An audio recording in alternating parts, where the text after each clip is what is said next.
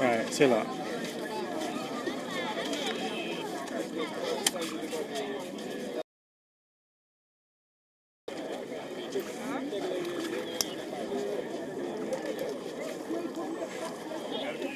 Le soleil est en train de descendre en fait. Donc le télescope va être très bas.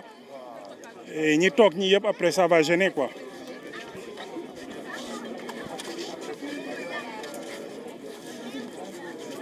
Non, même vous, vous gênez.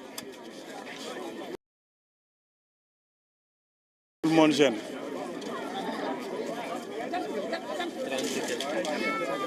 Hein?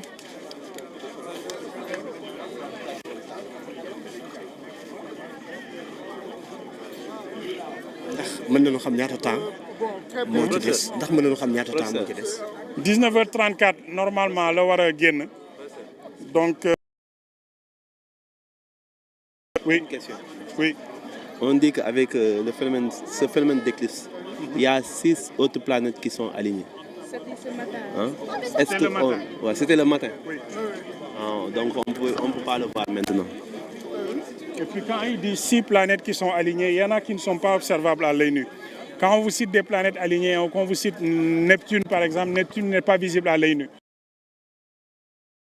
Peut être vu Jupiter, Vénus, Mars, mais vous ne pourrez pas voir Neptune et Uranus.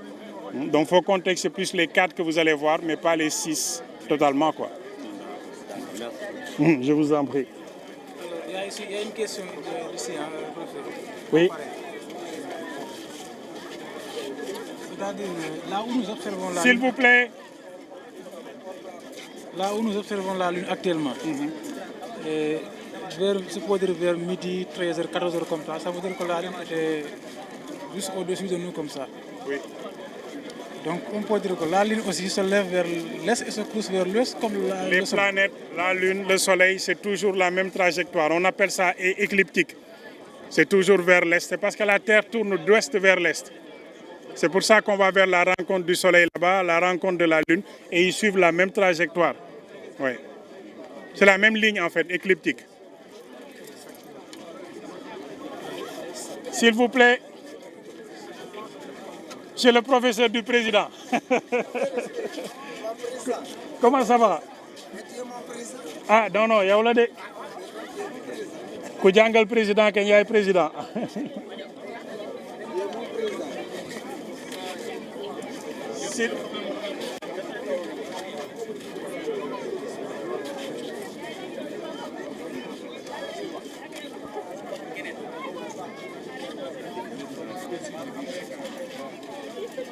Attendez, je vais tourner un peu.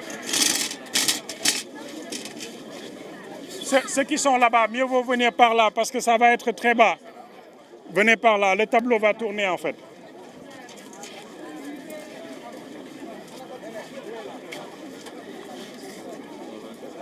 C'est les 2 demoiselles là-bas. C'est bon. C'est bon, hein? Ouais.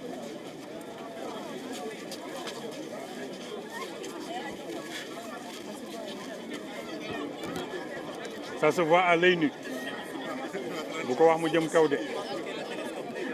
Après ça va brûler les yeux. Comment ça va?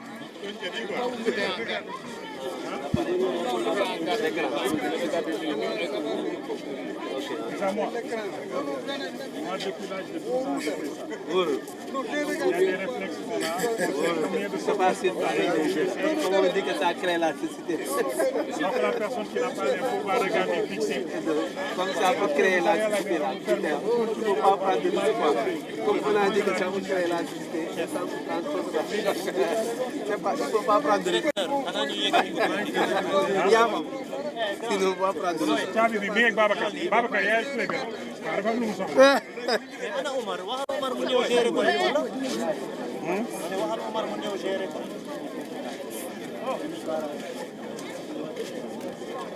À ce stade-là, qu'est-ce qu'il faut faire? On ne peut pas aller plus bas. Hein?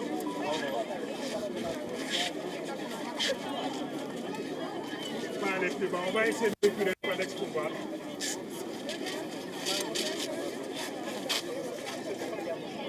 Après l'image est bien floue, avancez. Mais quand même c'est pas méchant comme ça c'est bon. Avancez, donc il faut rek. Voilà, on laisse comme ça. Le focus. Non Non, non, il ne faut pas bloquer. On va laisser comme ça, c'est mieux. Mais juste les tâches que ça soit en focus. Ça va.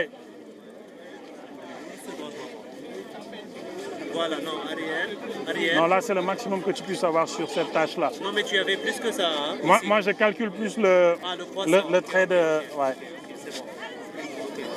Voilà. Mais là, c'est bon, on peut...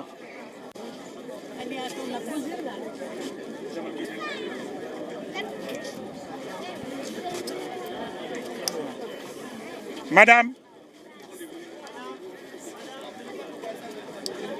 Hein? Tout le monde veut éclipser le soleil. Je pense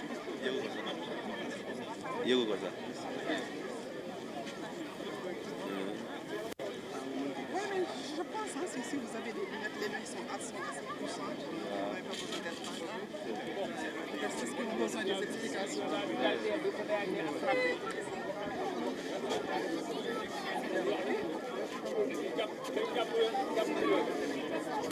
Ça va? Oui. Qui définir à partir de notre son, on peut avoir 34% de l'huile qui est Écoutez, c'est la latitude en fait. La Terre, la Lune et le Soleil, en fait, l'alignement n'est pas parfait. Si l'alignement était parfait de là où nous sommes, nous aurions une éclipse totale. Mais comme l'alignement parfait se trouve très proche du pôle Nord, c'est vers ces zones que vous aurez une éclipse totale. Pour nous, en fait, on est très bas au niveau des latitudes, donc on ne verra qu'une partie. C'est ce qui définit l'aspect partiel de l'éclipse. Donc si au moment de l'alignement, l'ombre qui est projetée par la Lune passe par la zone où nous sommes, on aura une éclipse totale. Et là, ce sera 100% de la Lune qui va être masquée, du Soleil plutôt. Si on est très loin de la zone d'ombre, mais on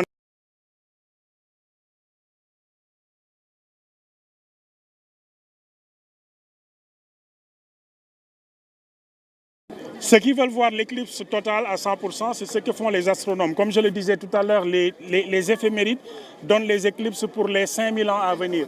Donc l'information est disponible et les astronomes prévoient des voyages. J'ai un ami actuellement, Sylvain Boulet, qui est quelque part en haute mer, très proche de la zone où on peut voir l'éclipse totale, juste pour prendre des photos. D'autres qui quittent l'Australie pour venir en Europe. Donc si quelqu'un veut voir une éclipse totale, s'il a les moyens, c'est de voyager. Quand les gens savent qu'il y a des événements comme ça et que c'est visible depuis un endroit avec des conditions favorables, ça développe le tourisme dans cette ville-là parce qu'une semaine à l'avant et une semaine après, les gens sont dans cette ville pour pouvoir prendre des images et observer l'éclipse dans de meilleures conditions. Voilà. Merci. Moi, j'avais une petite question. Des années 70, mi ngi noonu dégg ngeen li nga xamante ni moom la wax léegi lan mooy provoqué lii di éclipse ak ci yan jamono lay amee saa su ne ak temps bi nga xamante ni mën na ko tiire daal di am loolu nag tey moo tax Sénégalais yi comme phénomène la ñu wax ñëpp génn nañu fii ci corniche bi ngir teewee li nga xamante ni mooy éclipse bi ñu gis ni comme ni ko waxee léegi weer wi la wax ak terre bi ñoo jaxasoo kenn ku ne bàyyi sa yoon daal di duggante loolu nag bokk na ci bu amee lu ne mën na ci xew loolu ni ma ko waxee sànq dina tax bu amee ci moment comment les cornes ont tourné tout à l'heure c'était orienté comme ça et là la lune est en train de pivoter en fait.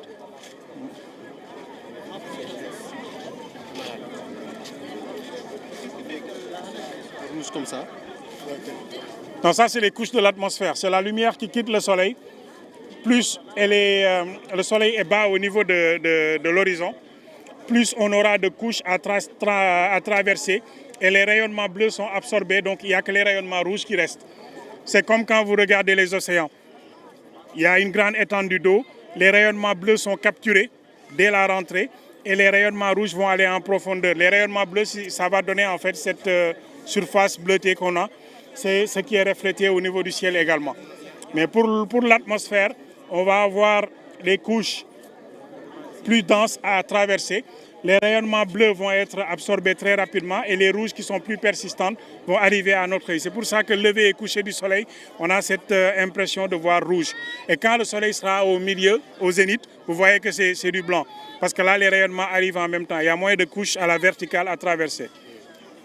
mi ngi noonu muy lu am solo di ngeen li nga xamante ni wax rek weer wi ak jant bi duggante loolu dina provoqué ci moment yi nga xamante ni moom la jant bi war a feeñ wala fenk du am heure yi ni mu daan nekkee donc loolu nag li koy waral rek mooy éclipse lunaire bu amee loolu dina indi li nga xamante ni moo ko provoqué loolu nag bu ñu ko déggee mooy la terre passe entre waaye li nga xamante ni moo ëmb ndox mi ëmb li nga xamante ni moom la lépp loo xamante ni mi ngi ci àdduna ne rek ci terre bi la bokk loolu nag fa mu nekkee kenn jotewu fa ndax asamaaw yi ak suuf yi am na fu nu daje. À personne, j'ai demandé à personne de le faire hein.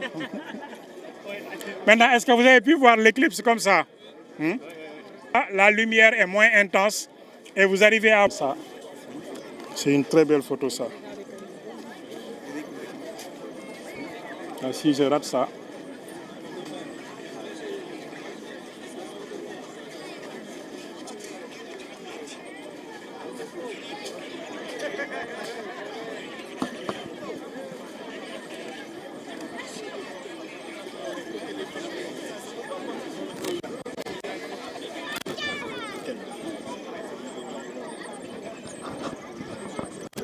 Journaliste.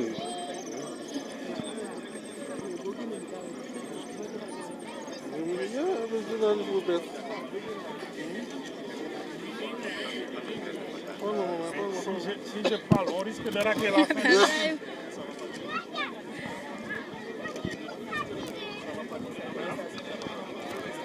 Waa 313. ak Sénégal 7.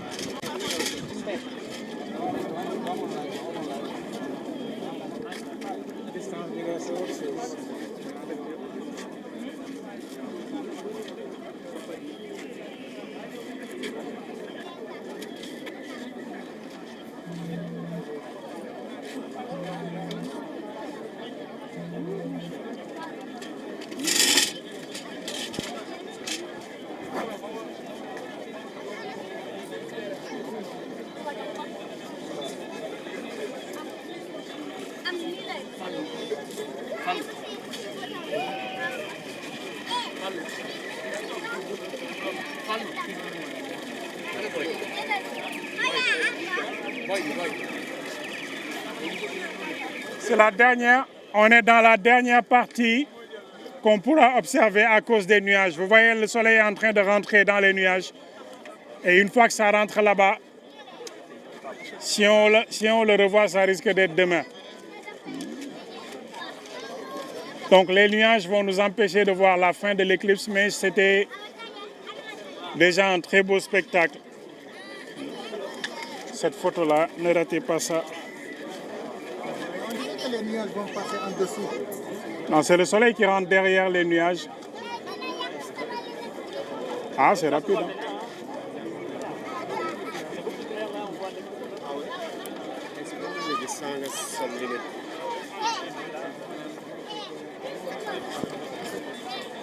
Hein? Hein? Ouais. 99, c'était total, ouais.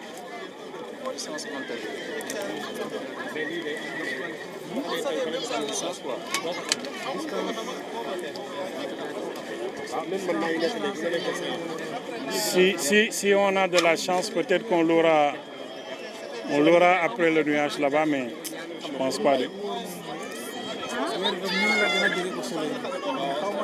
Anna,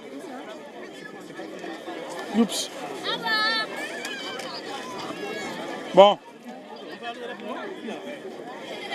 Oui.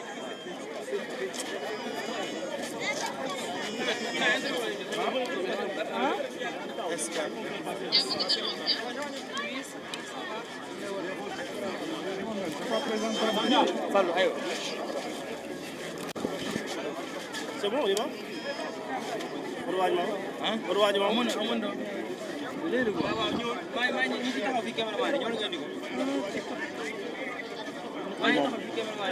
Mën nañ ko bàyyi rek ba beneen yoon quoi. Hein? Mais je suis pas présentable.